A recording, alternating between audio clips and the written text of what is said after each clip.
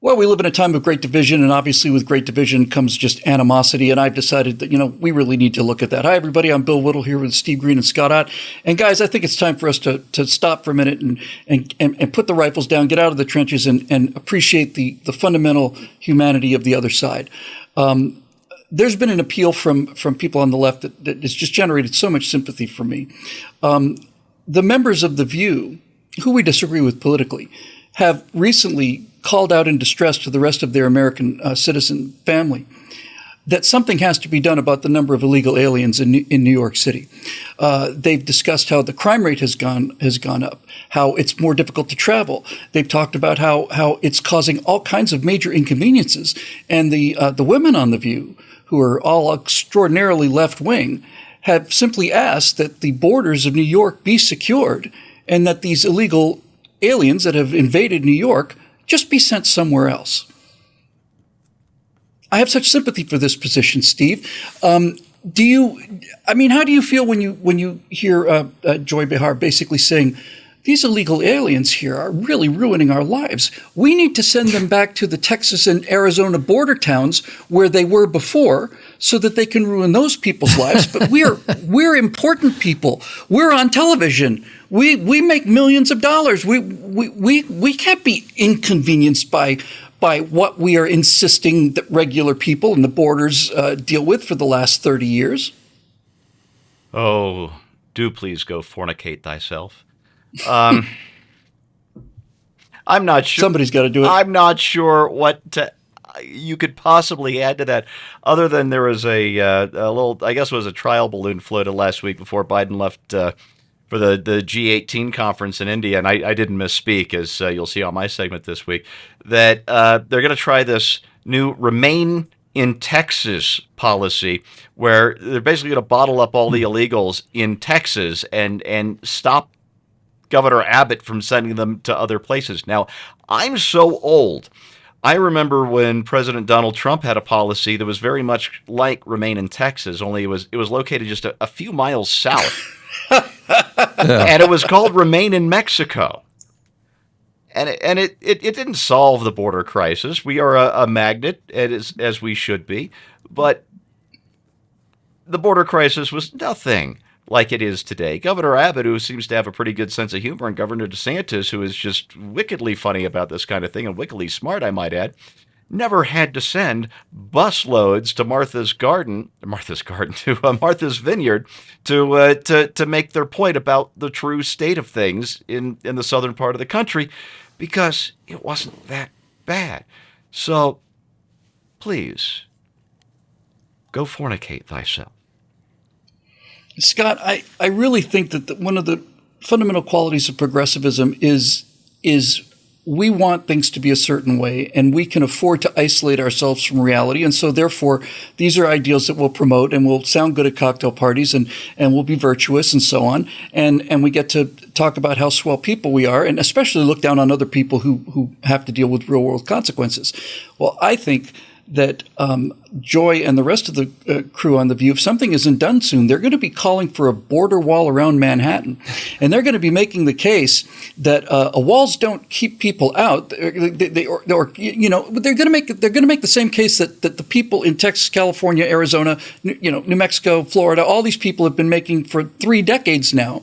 Namely, you don't have to deal with this problem. We have to deal with it. Now that they have to deal with it, I actually honestly do not know how you could be brazen enough to say that out loud on television after you have spent so long openly promoting open borders. For you to complain about an influx of illegal aliens and saying we need to do something about this problem actually quite surprised me. I really didn't think it was possible for somebody to be that hypocritical on camera.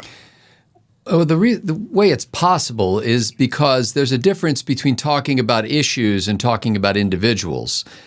There's a difference between talking about people in the masses and individual persons who happen to show up on your doorstep or sleeping on the sidewalk or next to your swimming pool. And so if you can kind of depersonalize it and just make it some sort of an issue out there, then you can have a position on that issue. But when it's camped on your doorstep, then you have to deal with that guy who's there, and the threat and the fear and the whatever else comes with that. You've got to deal with it personally. And that's the difference between political punditry and actual human compassion. And so it's easy to sit on, like we're doing right now, and look into a camera and talk about these ideas.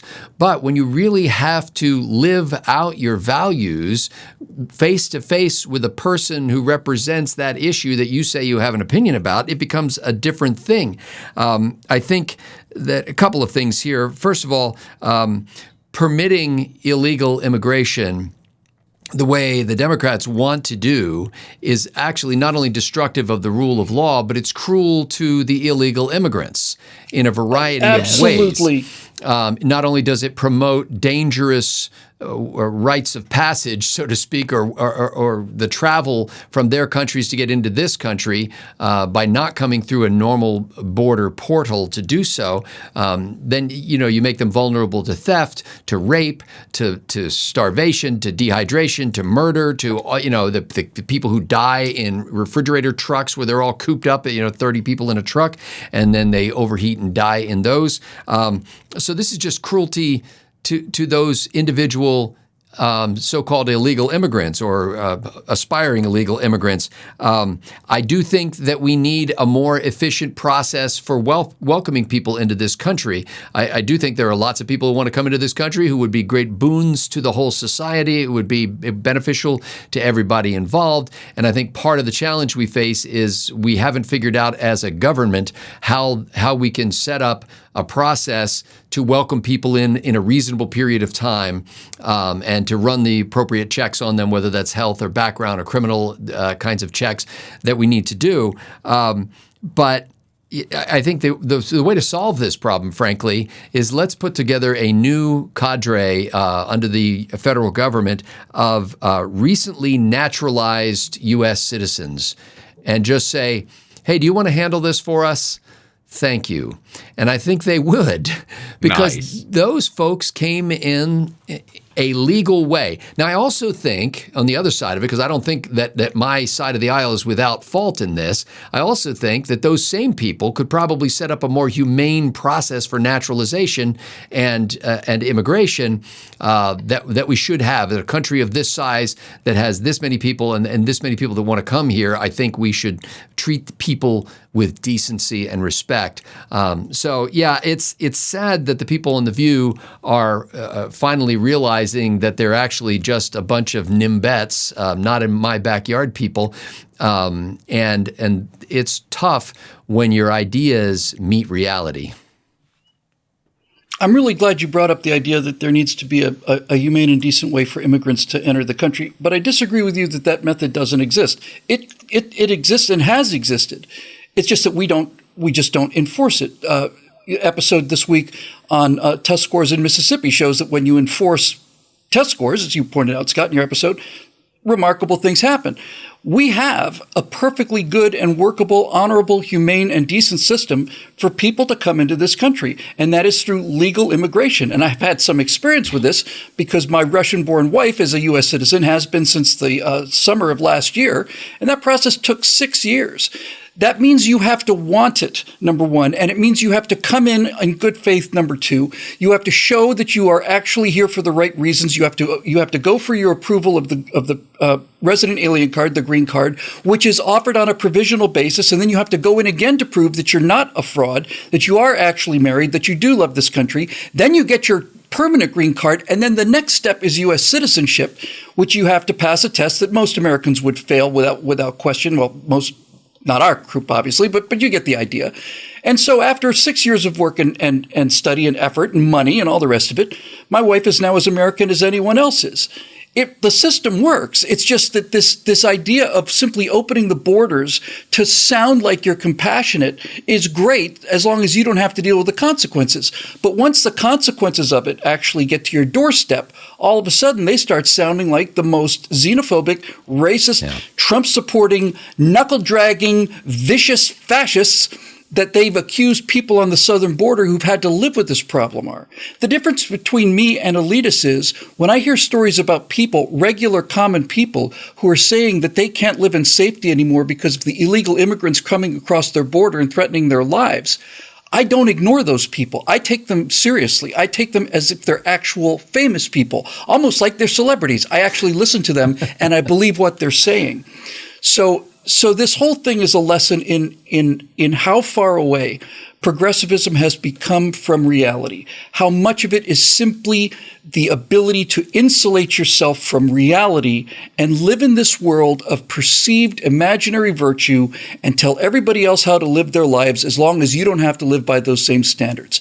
And this is why I think that the joint decision by Governor Abbott and Governor DeSantis to send illegal aliens entering their state into Washington, D.C. and into Martha's Vineyard so that the people who are calling for open borders experience the results of open borders, I think this is the greatest political action in terms of political theater that I've seen in my entire period of looking at politics. You want to vote this way? Here are the consequences. Face the consequences, and when you do have to face the consequences, we notice that you tend to change your tune. And you start sounding a little more like we do, actually. Interesting, isn't it? For Steve Green and Scott Ott, I'm Bill Whittle. We'll see you next time right here on Right Angle.